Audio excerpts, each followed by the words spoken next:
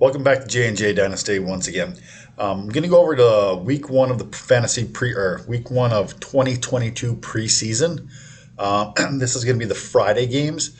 So it's going to be basically, let me look here, Atlanta, Detroit, Cleveland, Jacksonville, Arizona, Cincinnati, and the Jets and the Eagles. So I'm going to run over those real quick, those four games. Let you know who I like, who I don't like, and everything like that. So as I'm starting here, I just have to remind everybody to like this video, give me some thumbs up, right? Subscribe so I can keep doing some content and maybe do some better content, buy some better stuff so I can look better.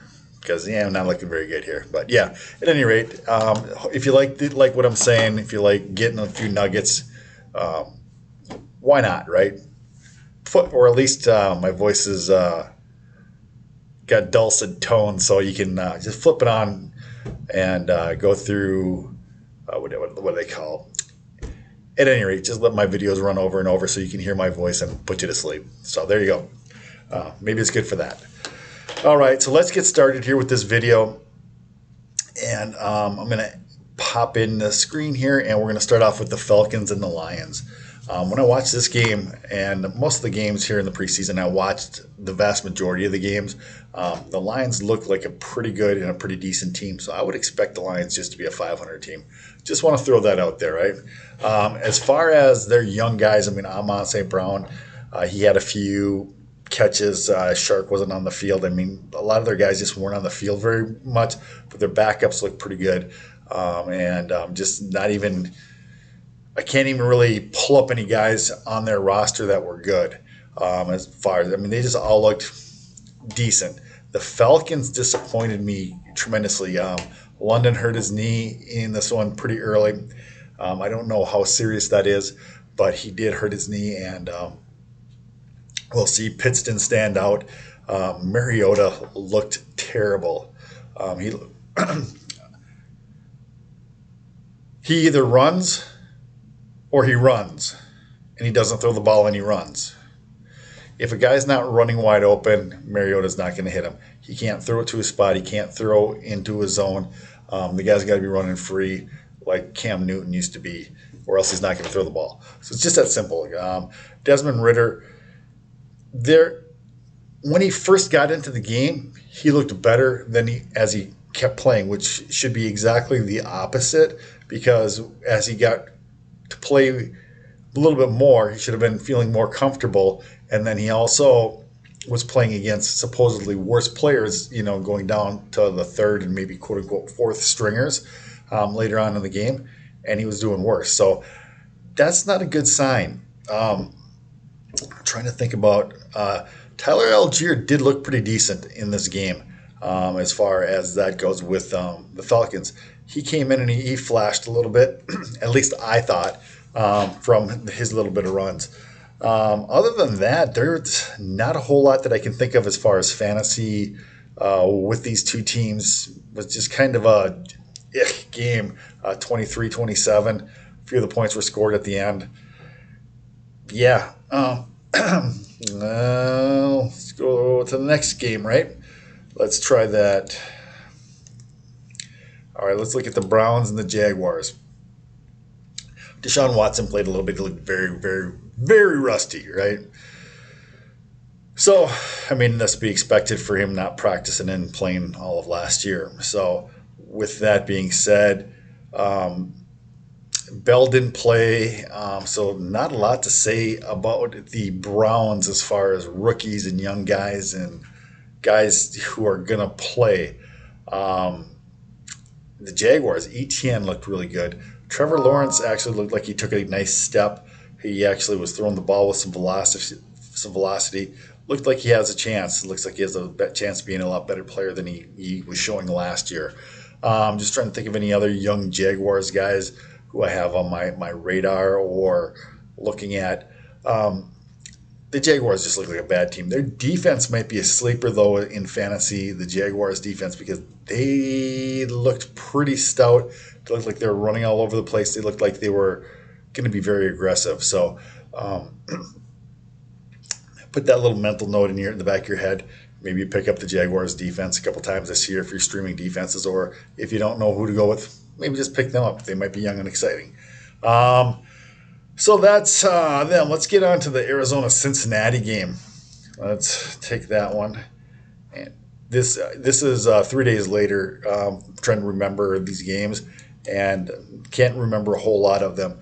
I mean, Cleveland-Jacksonville was 24-13, so yeah, big plays, little plays, maybe plays, no. All right, let's go. So let's go with the Cardinals and the Bengals. Yeah, nothing. Benjamin played in this game a little bit. He didn't really stand out, but the thing about it looked like he is locking up the number 2 running back position. So if you're looking for a priority backup running back, might be an answer for you. I know I picked him up in a couple of leagues just to see if they name him that, just to see if Connor goes down in the preseason. So I do have a couple shares of the Benjamin experience. Rondell Moore, didn't see anything of him. All their other wide receivers for the Cardinals are not going to show anything at this point in the preseason.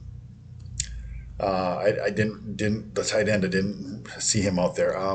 As far as the Bengals, Chris Evans looked pretty good.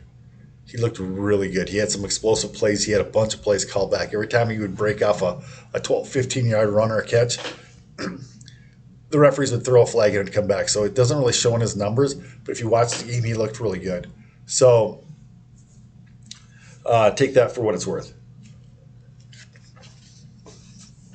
I'm trying to think of anybody else as far as the Bengals go. I mean, T. Higgins, Chase didn't play. Boyd, Burrow didn't play. Mixon didn't play. So there's not a whole lot there other than Evans as far as fantasy, unless you're trying to take a real deep dive and go for a 4th or 5th wide receiver on the team, and that's something I don't really recommend doing. So I'm not going to recommend doing that. All right, let's move on to the last game. I think this is going to be the last game. Maybe there's one more after this. I can't remember. We'll see. If I flip through, if it's the Atlanta game, then I'll know. The Jets and the Eagles. The quarterback play was a big story in this game. Wilson got hurt. He had his MRI and he had knee surgery, or is having knee surgery, whatever. So that's a bad thing. Sounds like he's going to be out a couple weeks. I would assume that he's going to start off the season on the IR or the PUP. If you need a roster spot, then you can grab him and put him on that and carry a few extra guys for a couple extra weeks, right? Jalen Hurts looked really good. I think he was 6 for 6 or something like that. So he just went right up and down the field. Gainwell, Sanders played a little bit, was not exciting, didn't do anything that stood out. Any of the other Eagles running backs, they had a couple of young guys. They were pubbing them on the broadcast, but, nothing really.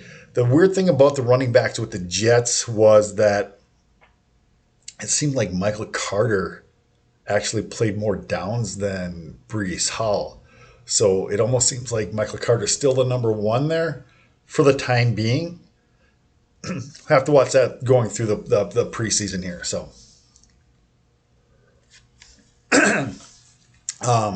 Garrett Wilson for the Jets, he did catch a ball that I saw. He looked like he belonged. He just didn't stand out based off of the offense and the quarterback play because they brought in, was it White, I think, right away because Wilson was hurt. And White wasn't looking that great. The Eagles backups as far as tight end, I think that's about enough for that game. Let's move on to the next one. Packers and 49ers. This was actually a pretty good game. Trey Lance looked pretty good. He definitely still needs to work. You can see that he's rusty, that he doesn't know exactly what he's doing. He's not throwing the ball on time.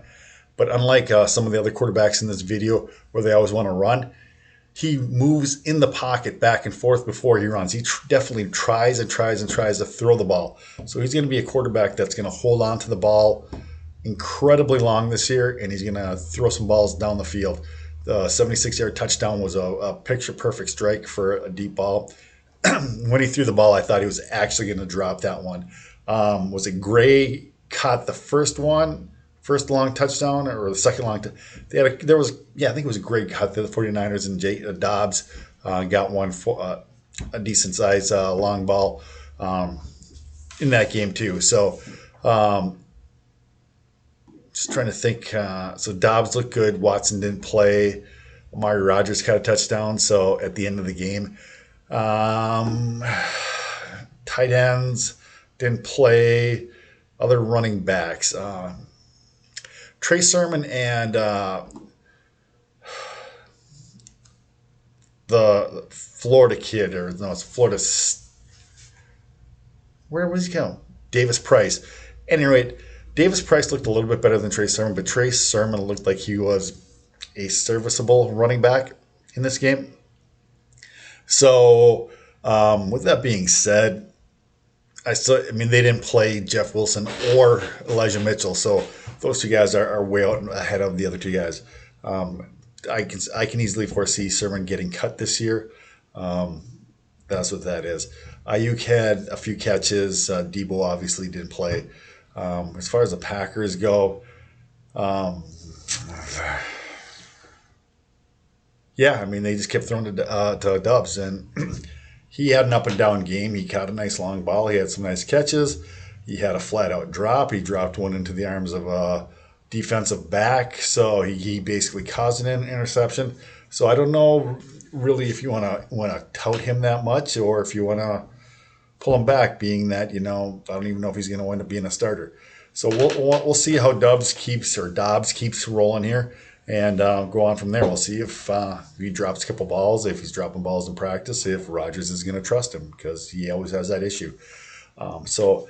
Well, once again, if you liked any of the information in this video, real quick video synopsis, a summary of the Friday's games here, give thumbs up, like, click, subscribe, hit the bell for notifications for when new videos are coming up.